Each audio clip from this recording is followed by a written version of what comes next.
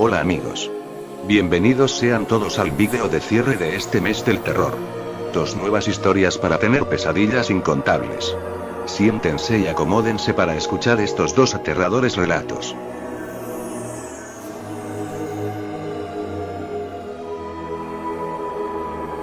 La imaginación de los niños a veces suele romper las barreras de la realidad.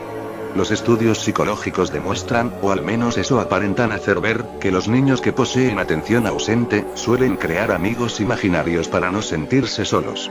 Carolina había experimentado esta situación por ser madre soltera, y depender de su trabajo para alimentar a su hijo Dylan. La extrema soledad que desgraciadamente acompañaba al pequeño infante dio a luz a un personaje de nombre Douglas. Nunca se supo qué demonios era esa cosa, solo que era el mejor amigo de un niño desesperado por un padre que le diese cariño. Carolina consultó miles de veces con doctores expertos en el asunto, pero todos exclamaban lo mismo sin chistar. Es algo pasajero.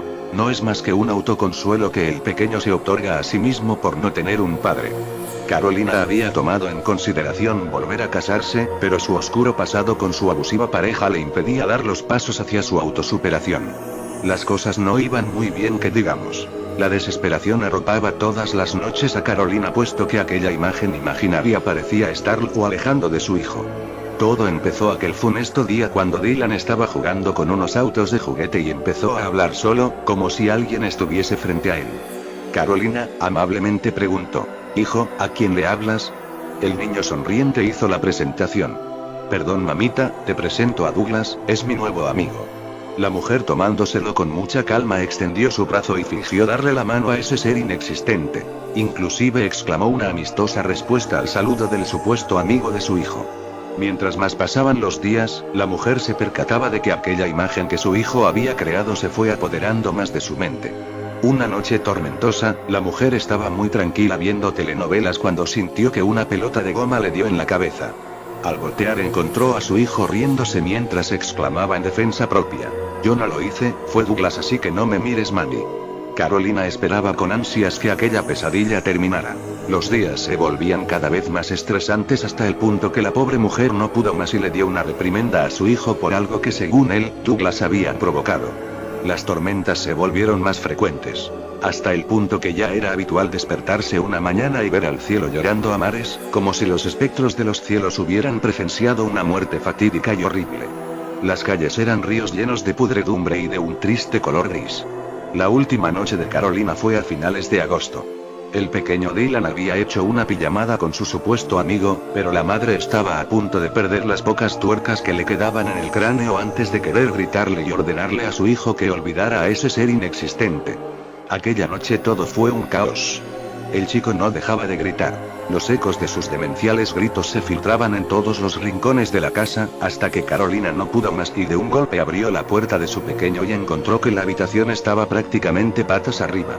Las almohadas estaban casi desgarradas y las sábanas tiradas por todo el suelo, mientras que sus juguetes se encontraban tirados por todas partes.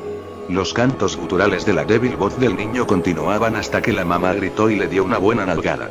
El impacto fue tan fuerte que el niño empezó a llorar y a gritar: «¿Por qué me haces esto mamá? Yo no he sido, fue Douglas, ¿por qué me echas la culpa? Maldita sea, maldita sea».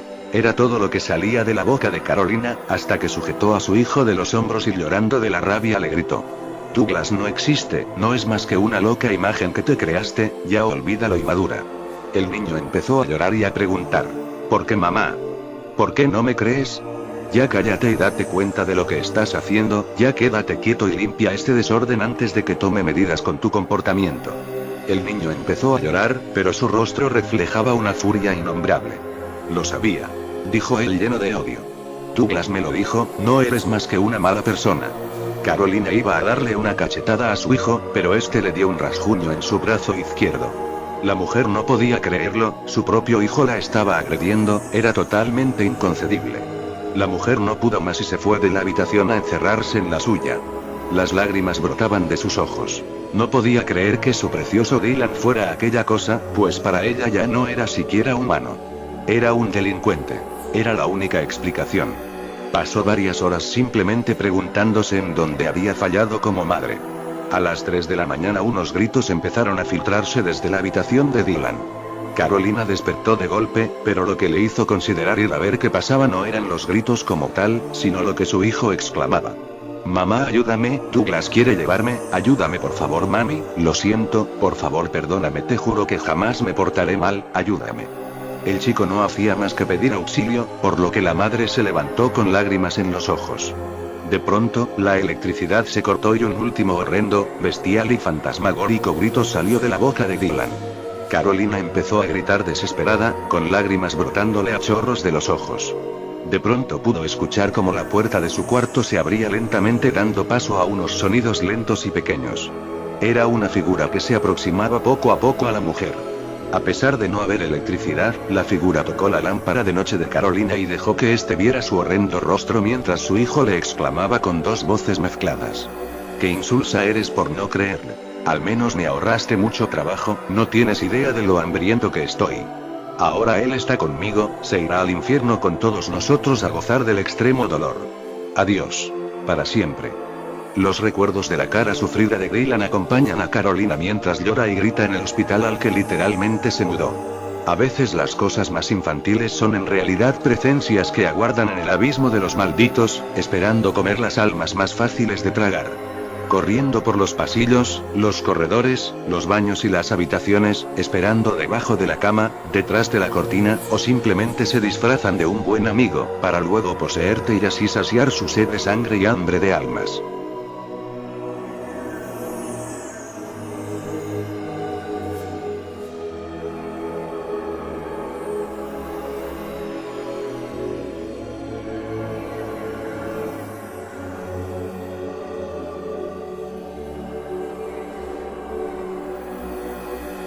Las muchas leyendas en Japón relatan los orígenes fantasmagóricos de las pesadillas de la humanidad. Muchos han creído que las almas más despiadadas son las que aguardan en el imperio del rey Satanás, pero resulta que existen espíritus inclusive muchísimo peores.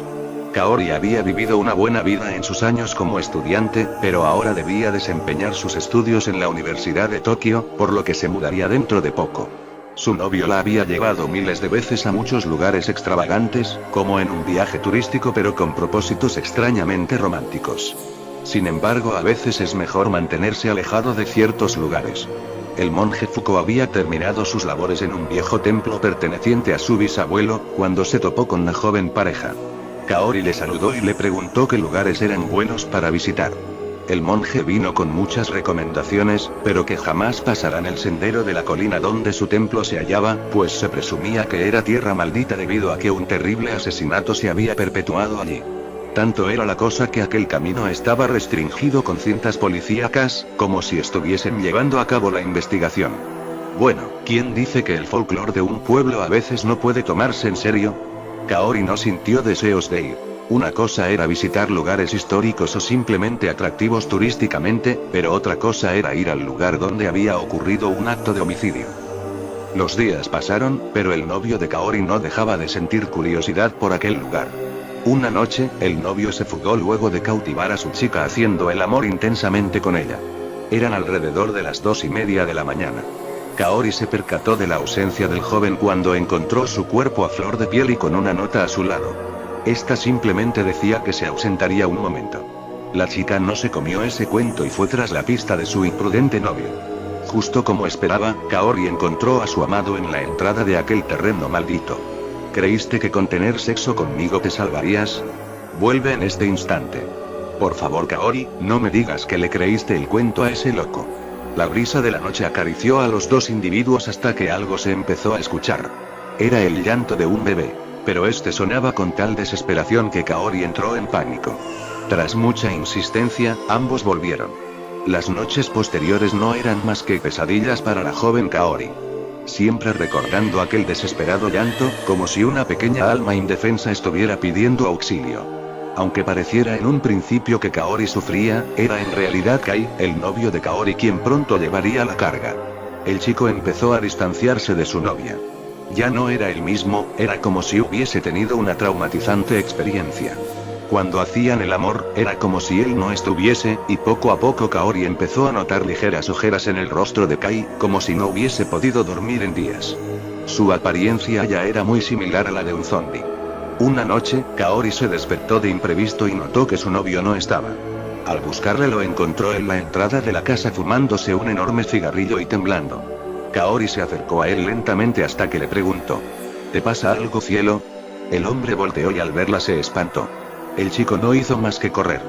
Kaori fue detrás de él a trompicones hasta que lo encontró en la habitación gritando: no es mi culpa, yo no la desperté. Vete, por favor vete, maldita sea, déjame en paz. Kaori estaba sorprendida y a la vez sumamente aterrada. Enseguida se acercó a su novio y le preguntó: ¿qué sucede? ¿Por qué te comportas tan raro? Kai gritó al verla, como si estuviese viendo a un horrendo fantasma.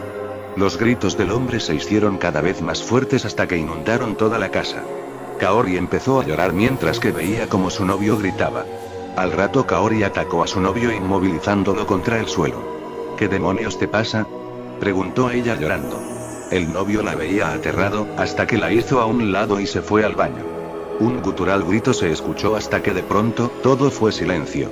Una explosión visceral se escuchó, lo que obligó a Kaori a correr lo más rápido que pudo hasta el baño. La escena que vio no tenía descripción, mientras un latente sonido volvía a los recuerdos de Kaori y se filtraban en un eco fantasmal por toda la casa. El monje Fuko cuida de ella desde entonces. El anciano le comentó que toma años en desaparecer. Pero existen almas que aún pueden salvarse.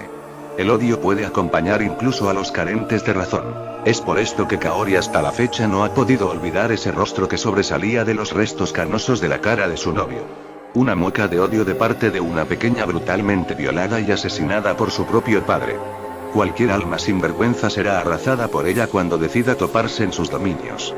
Las emociones son algo que te llevas a la tumba, pero al no poder dormir, estas reencarnan en una presencia que simplemente no puedes olvidar.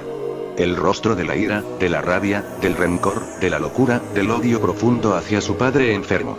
Y cómo olvidarlo, aquel maldito llanto, que no eran más que los gritos de rabia de la bebita. Una imagen que nadie querrá tener jamás vagando en sus recuerdos.